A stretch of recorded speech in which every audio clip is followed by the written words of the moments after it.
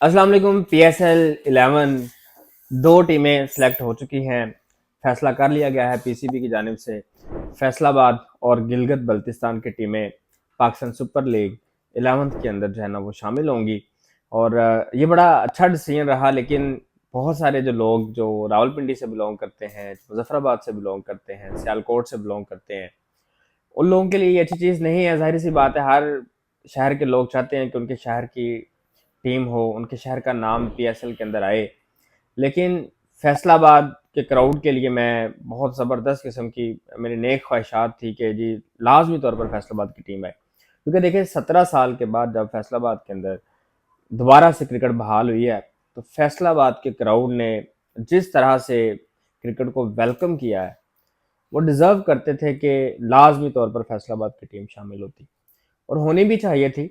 अब देखें 17 साल बाद जब क्रिकेट आई है, तो फैसलाबाद के क्राउड ने बिल्कुल भी मायूस नहीं किया PCB को, क्रिकेट को, या फिर जो टीमें खेलने आई हैं उनको बिल्कुल मायूस नहीं किया। इसी तरह अगर आप गिलगित बल्तिस्तान की बात करें, तो बड़ी खुशाइन बात है, चूँकि हमारे नॉर्दर्न एरियाज़ के जो लोग हैं, बड़े ज़बरदस्त और ताकतवर किस्म के लोग होते हैं। और पाकिस्तान की टीम के अंदर भी देखें ना आप, ज़्यादातर पख्तून अब हैं, 5-6 आधी टीम तो हमारी पख्तून की ही है। इवन के बहुत सारे लोग तो अब कमेंट सेक्शन में भी ये भी कहने लग गए हैं कि यार आधी टीम तो हमारी पहले ही पख्तून की है, तो क्या फ़र्क पड़ता है, गिलगित बल्तिस्तान को लेके आना चाहिए या मुजफ्फराबाद को लेके आना चाहिए था। बहरहाल गिलगित बल्तिस्तान के लोग खुश हो जाएं कि उनके एरिया की टीम जो है पाकिस्तान सुपर लीग का हिस्सा होगी। अल्दो भारत जो है वो इस चीज़ को अच्छा नहीं समझता। वो ये समझता है कि शायद जो है ना ये डिस्प्यूटेड एरिया है, और ये अगर गिलगित बल्तिस्तान की टीम शामिल होती है PSL के अंदर, तो उनके लिए ये एक अच्छी बात नहीं है।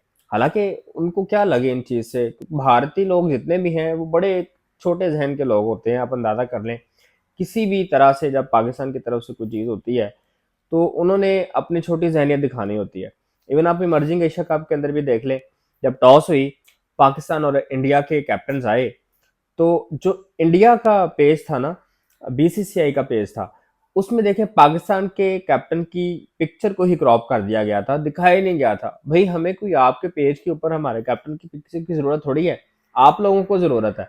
आप नहीं लगाते, तो वो आप अपना जो है वो ज़र्फ और अपनी कम अकली, या फिर यूं कह लें कि कम जहनियत आप शो कर रहे होते हैं। हमें तो कोई फर्क नहीं पड़ता। जबकि आप PCB के पेज के ऊपर देख लें, हमने इंडिया के कैप्टन की भी पिक्चर लगाई हुई है, क्योंकि हमें फ़र्क नहीं पड़ता।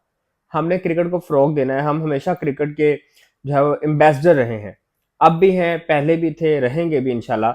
हमने हमेशा क्रिकेट को पॉजिटिव वे में प्रमोट करने की कोशिश की है, और हर दफ़ा करते रहे हैं। और जबकि आप अपनी तरफ से देख लें, जितने भी मामला हुए, खैर ये एक अलग बात। बहरहाल मुल्तान सुल्तान की तरफ से अगर आप देखें, तो मुल्तान सुल्तान के जो ओनर हैं अली तरीन, वो अब मुल्तान सुल्तान के ओनर नहीं रहे, क्योंकि उन्होंने ऑन एयर पेज फाड़ा था, लेटर फाड़ा था जो PCB की जानिब से उनको मिला था कि जी आप ऑन एयर माफ़ी मांगे कि आपने जो है वो PCB के अंदर PSL के टीम को, फ्रेंचाइज को जो है वो आपने टारगेट किया है, आपने गलत इंफॉर्मेशन फैलाने की कोशिश की है, नेगेटिविटी फैलाने की कोशिश की है।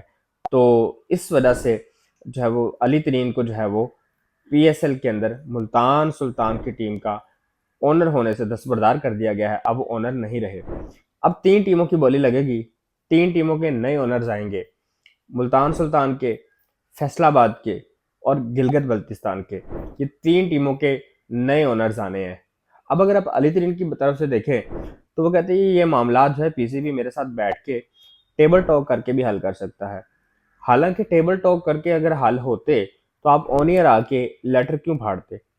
उस वक्त आपने बड़ी शोखी मारी, ठीक है, अच्छी बात है, जो भी आपने सोचा, वट एवर, हमें इस चीज़ से कोई सरोकार नहीं है। लेकिन PSL का नाम पॉजिटिव वे में देखना चाहिए, PSL के नाम को पॉजिटिव वे में प्रमोट करना चाहिए था।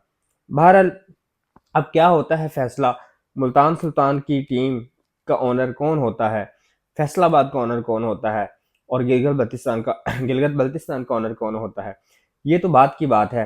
अच्छा, एक और बात भी कि व्यूअर से मैं, बल्कि आप लोगों से पूछना चाहूंगा कि आप क्या समझते हैं, ओनर तो चले, ओनर से तो कोई सरोकार नहीं होता किसी भी पर्सन को, लेकिन क्या लगता है फैसलाबाद का कैप्टन कौन होना चाहिए, गिलगित बल्तिस्तान का कैप्टन कौन होना चाहिए?